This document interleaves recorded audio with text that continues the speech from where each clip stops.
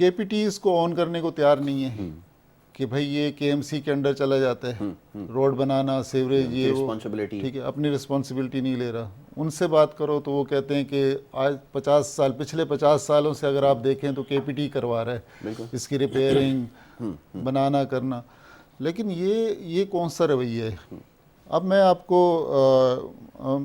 ابھی اس ماہ کے اینڈ میں EU کے ایمبیسیڈر آ رہے ہیں کراچی, اور اسپیشلی فشری میں آ رہے ہیں, فشریز کا دورہ کر رہے ہیں, کیونکہ آپ کو پتہ ہے کہ EU بین ہے پاکستان میں. تقریباً آج 13 سال ہو گئے EU ہماری ایکسپورٹ بند ہے, ٹھیک ہے. اب ہمارے پاس ایک سنہرا موقع ہے. دیکھیں EU کی ٹیم نے آنا تھا, لیکن کیونکہ کووڈ-19 کی وجہ سے کوئی ٹریولنگ نہیں ہو رہی, بالکل ٹھیک ہے, وہ تقریباً نیکسٹ 1 ایئر تک بھی ان کا کوئی پلان نہیں آنے کا. انہوں نے یہ ذمہ داری اپنے ایمبیسیڈر کو دی ہے کہ آپ جائیں, فش ہاربر کا جائزہ لیں, انسپیکشن کریں. اب یہ ہمارے پاس ایک سنہری موقع ہے کہ اگر ہم ان کو مطمئن کر سکتے ہیں اور انہیں مطمئن ہو گئے یہ, تو یہ ایزیلی اپنی ایکسیس دے سکتے ہیں اور مارکیٹ میں جو ہے نا ہم لوگ انٹر ہو سکتے ہیں. ٹھیک ہے. تو اب اس سلسلے میں جو ہے نا ہماری میٹنگز چل رہی ہیں کہ بھئی کیا کیا چیزیں خراب ہیں, کن کو سیٹ کرنا ہے, کیا کرنا ہے. اس میں بس آپ دعا کریں, ہم تو ان کے پیچھے لگے ہوئے ہیں کہ آپ اپنے نظام کو, اپنے سسٹم کو, اپنے ہاربر کو, اپنے فش ہاربر کے جو روڈز ہیں, سیوریج ہیں, سراؤنڈنگز ہیں, ان کو کلیئر کر کے دیں. بالکل ٹھیک ہے. تو اس سلسلے میں میٹنگ چل رہی ہیں. تو آپ امید کر رہے ہیں, کیونکہ امید پہ دنیا قائم ہے, امید کر رہے ہیں کہ یہ ساری چیزیں سیٹ ہو جائیں اور وہ مطمئن ہو کے یہاں سے جائیں. بالکل ٹھیک ہے. تو بہت بڑا ٹاسک ہے یہ, بالکل آپ بالکل بڑا ٹاسک ہے. جی تو چلیں, یہ اچھی بات ہے, آپ نے نشاندہی کی. اور واقعی ہمارا اگر دیکھیں آبجیکٹیو ہمیں سیٹ کرنا پڑتا ہے کہ ہمارا آبجیکٹیو یہ ہے کہ اگر ہمیں واقعی ایکسیس چاہیے یورپین مارکیٹ تک, ہوتا یہ پہ چند ایک آئٹمز ایسے ہیں اس کے اوپر بڑی زور و شور سے جو ہے وہ تقریریں بھی ہوتی ہیں کب, اور بڑی اس کے اوپر آپ, ہمارے یہاں تو خیر ایک رواج ہے انگریزی میں کہتے ہیں لک بزی ڈو نتھنگ, تو وہ ٹیکسٹائل کے حوالے سے تو ہم نے پھر بھی دیکھا ہے کہ تھوڑی وہ ہوتی ہے, لیکن یہ فشرز اور ان کے جو مسائل ہیں وہ ابھی تک موجود ہیں, تو کنسیڈریشن میں ہوتے بھی نہیں ہیں شاید, کیونکہ میں تو بہت کم اس کو دیکھا. دیکھیں ہم لوگ, ہماری لڑائی یعنی ہر محکمے سے ہم لڑ رہے ہیں. سیل ٹیکس ریفنڈ کا ایشو آتا ہے تو ہم لوگ جو ہے وہ ایک سال تک ہمیں ریفنڈ نہیں ملتے, پچھلے ایک سال کے ریفنڈ نہیں ملے. آپ ریفنڈ, آپ کی فائل آگے نہیں جاتی جب تک آپ ان کو اس میں پرسنٹیج نہیں دیتے. ایسا ہی ہے, ٹھیک ہے. یعنی اتنے کرپٹ ادارے ہو گئے ہیں کہ اپنا پیسہ واپس لینے کے لیے کہ آپ کو اپنے پیسے میں سے پرسنٹیج دینی پڑ رہی ہے. ٹھیک ہے. آپ ویلیو ایڈٹ کی طرف اگر جاتے ہیں, باہر سے مشینری منگاتے ہیں تو اس پہ ٹیکسز اتنے زیادہ ہیں, ٹھیک ہے, کہ آپ کو وہ پورا ہی نہیں کر سکتے آپ. ٹھیک ہے. اس کے علاوہ آپ اگر کوئی بھی کام, کوئی بھی ڈیولپمنٹ کا کام کرنا چاہتے ہو, آپ کو کرنے نہیں دیا جاتا. بالکل ٹھیک ہے کہ یہ آپ کا کام نہیں ہے, آپ نہیں. بھئی اگر ہمارا نہیں ہے تو آپ خود کرو نا, جس کا کام ہے وہ کیوں نہیں کرتا. بالکل ٹھیک ہے. نہ خود کرتے ہیں نہ کسی کو کرنے دیتے ہیں. بالکل ٹھیک ہے. بجلی کا ایشو لاسٹ ٹائم بھی میں نے اٹھایا تھا. اب ہم دیکھیں گورنمنٹ کا جو اس وقت ٹاسک ہے کہ ایکسپورٹ کو انکریز کیا جائے, امپورٹ کم کی جائے. ٹھیک ہے. ایکسپورٹ انکریز کرنے کے لیے ہم ایک قدم آگے بڑھاتے ہیں نا, تو وہ اتنے ہیوی ایکسپینسز ہمارے آگے کھڑے ہوتے ہیں, خاص کر بجلی. ٹھیک ہے. جس کا ہمارے ہاں 58% استعمال ہے. 58% ہماری کاسٹ کا بجلی کا استعمال ہے. ٹھیک ہے. تو وہ آگے سے ایسے ہرڈل آ جاتے ہیں کہ ہم 2 قدم پیچھے ہٹنا پڑتا ہے. ٹھیک ہے. ایک سال کا آپ اگر ریویو کریں نا, 2019 میں ہمیں اوور آل جو پر یونٹ پڑ رہا تھا وہ 16 روپیز پر یونٹ پڑ رہا تھا. آج ہمیں 24 روپے پڑ رہا ہے فشری کو. 24 روپے. یعنی آپ دیکھیں ایک سال میں 8 روپے پر یونٹ بڑھ گیا. بالکل. اب فشری کا کام ایسا ہے کہ آپ مچھلی پکڑنے سے لے کر جب تک وہ ڈیسٹینیشن تک نہیں پہنچتی, بالکل ٹھیک ہے, آپ کا کام ٹوٹل بجلی پہ چلتا ہے. آپ کے کولڈ اسٹوریج, آپ کے فریزر, آپ کی یہاں تک کہ جو برف استعمال ہوتی ہے, آئس استعمال ہوتی ہے, وہ بھی جو ہے فلیک آئس استعمال ہوتی ہے, وہ بھی بجلی سے. آپ کا ٹوٹل کام بجلی کا ہے. اور ہمارے کراچی کے اندر ٹوٹل جو اس وقت فیکٹریاں تقریباً 38 سے 40 فیکٹریاں ہیں جو رن کر رہی ہیں. بالکل ٹھیک ہے. 38-40 فیکٹریوں کے اگر آپ ایک ماہ کا بل اٹھا لیں نا اوور آل, تو وہ 20 کروڑ سے زیادہ ہے. صرف بجلی کی مد میں 20 کروڑ سے زیادہ ہم بجلی کا بل پے کرتے ہیں. بتائیے. تو یعنی ہم اس پروگرام کی تواسط سے یہ بات کرنا چاہ رہا ہوں کہ ہم نے کئی دفعہ ریکویسٹ کی ہے اور اس معاملے کو ہم آگے لے کے بھی جا رہے ہیں، پرائم منسٹر تک لے کے جا رہے ہیں، وہاں تک پہنچائی بھی ہم نے اپنی آواز. گورنر سندھ سے بھی لاسٹ ویک ہماری ملاقات ہوئی ہے، اس میں بھی ہم نے یہ بات اٹھائی ہے کہ جو 5 سیکٹر انہوں نے زیرو ریٹڈ کیے ہوئے ہیں ان میں 6ٹھا سیکٹر آپ فشریز کو لے کے شامل کر رہے ہیں. بالکل ٹھیک ہے. آپ دیکھیں کہ اس میں کتنا چارم ہے، پوٹینشیل بھی بہت ہے. کتنا پوٹینشیل ہے اس کے اندر. آپ دیکھیں کہ ہم 1 سال کا ہمیں ٹارگٹ دے دیں. بالکل ٹھیک ہے. آپ ہمیں 5 زیرو ریٹڈ میں شامل کریں اور ہمیں 1 سال کا ٹارگٹ دیں کہ آپ کے پاس 1 سال میں اپنی کارکردگی دکھاؤ. اگر ہم کارکردگی نہیں دکھاتے تو آپ ہم سے لے لو، ساری فیسلٹیز واپس لے لیں. چلیں یہ ٹھیک ہوگا، یہ ڈیل صحیح ہے. بالکل ٹھیک ہے، یہ ڈیل صحیح ہے جی. اور ڈیلیور نہ کریں تو آپ ہم سے اپنی ساری فیسلٹیز واپس لے سکتے ہیں. یہ فاروق بھائی یہ سمجھائیے، یہ ٹرکی کا کیا معاملہ رہا؟ کیسے یہ ڈیٹ لائبلٹیز ختم ہو گئیں اور کیسے یہ یہاں تک پہنچ گیا؟ ایکسپورٹس کو کیسے بوسٹ ملا؟ وہاں پہ بھی بڑا کام ہے جیسے اس کے حوالے سے بات ہو رہی ہے.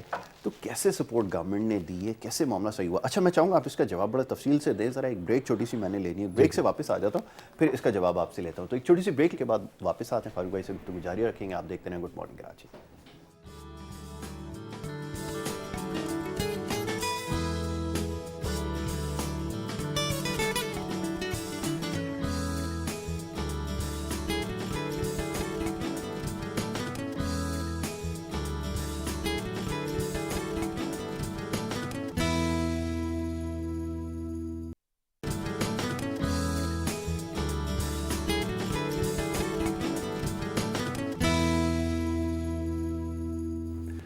پروگرام میں آپ کو ایک دفعہ پھر خوش آمدید کہیں گے. بریک پہ جانے سے پہلے گفتگو ہو رہی تھی معاشی معاملات کے حوالے سے. محمد فاروق صاحب یہاں پہ موجود ہیں جو کہ اب چیئرمین بھی ہیں پاکستان ترکی بزنس فورم کے. ان سے ہم گفتگو کر رہے تھے سارے معاشی معاملات پہ. فاروق بھائی یہ فرمائیے گا، جیسے میں نے ابھی بریک پہ جانے سے پہلے ایک سوال رکھا تھا، پہلے تو میں چاہوں گا ذرا فشریز کے حوالے سے نا، کیونکہ آپ کا ایکسپیرینس ہے وہ بھی ذرا شیئر کیجیے گا. اور پھر یہ ترکی کے حوالے سے جیسے یہ جو ڈیٹ لائبلٹیز وغیرہ ہیں کیسے کنٹرولڈ ہوئیں، کیسے معاملات بہتر ہوئے.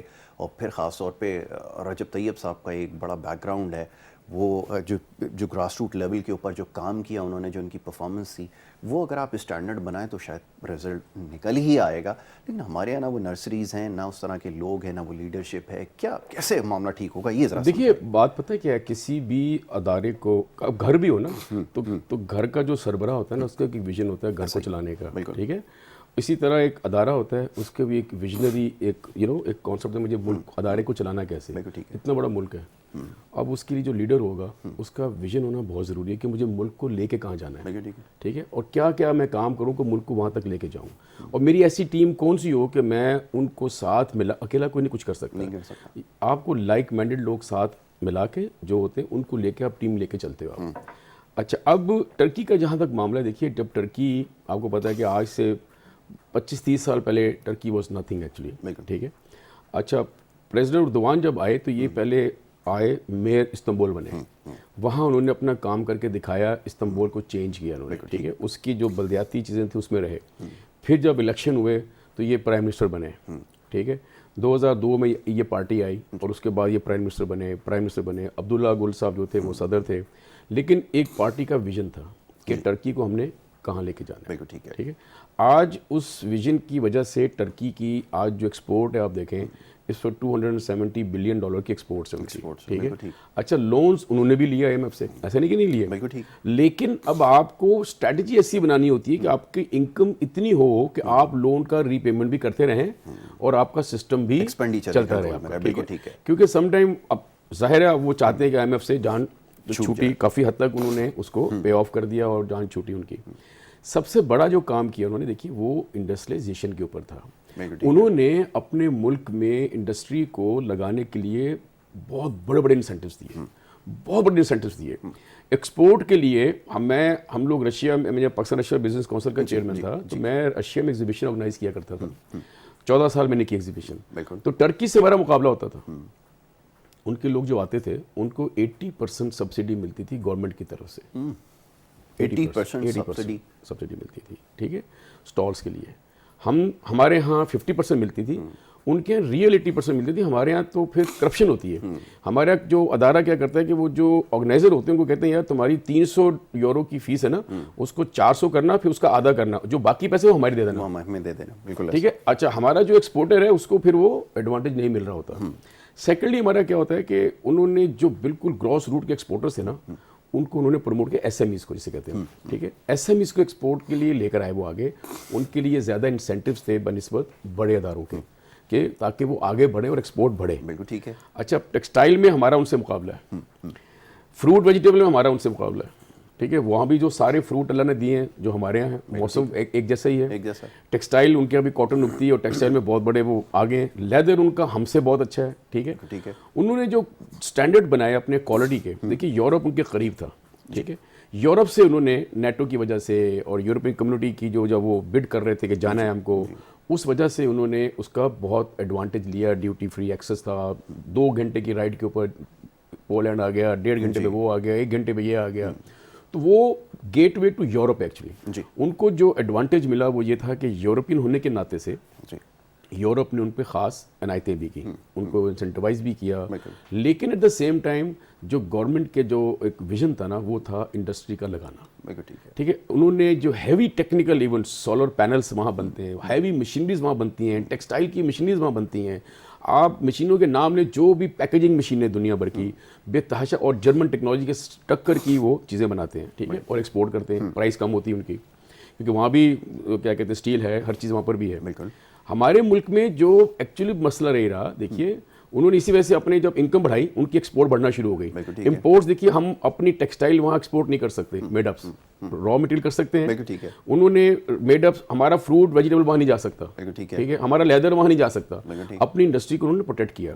ہمارے یہاں مادر پدر آزاد, انہوں نے کہا یار تم ہر چیز امپورٹ کرو, بیکاز جو ویژن پچھلی گورنمنٹ کا تھا نا, وہ یہ تھا کہ اس ملک کو ٹریڈنگ اسٹیٹ بنایا جائے, اس ملک کو امپورٹ کر کے چیزیں بنائی جائیں, وہ لوگ خریدیں. انڈسٹری کے لیے کوئی کام نہیں کیا گیا. آج بھی اگر ہم انڈسٹریلائزیشن کی طرف جائیں گے, it will take us another 10 years to reap that fruit actually. فرق بھائی, سرکمسٹانسز ایسے کچھ رہے کہ آپ مینوفیکچرنگ کی طرف جا ہی نہیں سکے, کاسٹ آپ کی اتنی بڑھ گئی کمپیٹ کرتے کرتے, انفلیشن نے آپ کو وہاں پہنچا دیا کہ آپ کے یہاں تو مینوفیکچررز بھاگ گئے. تو مشرف صاحب کے دور میں ہوا, امپورٹ اورینٹیڈ اکانومی بن گئی.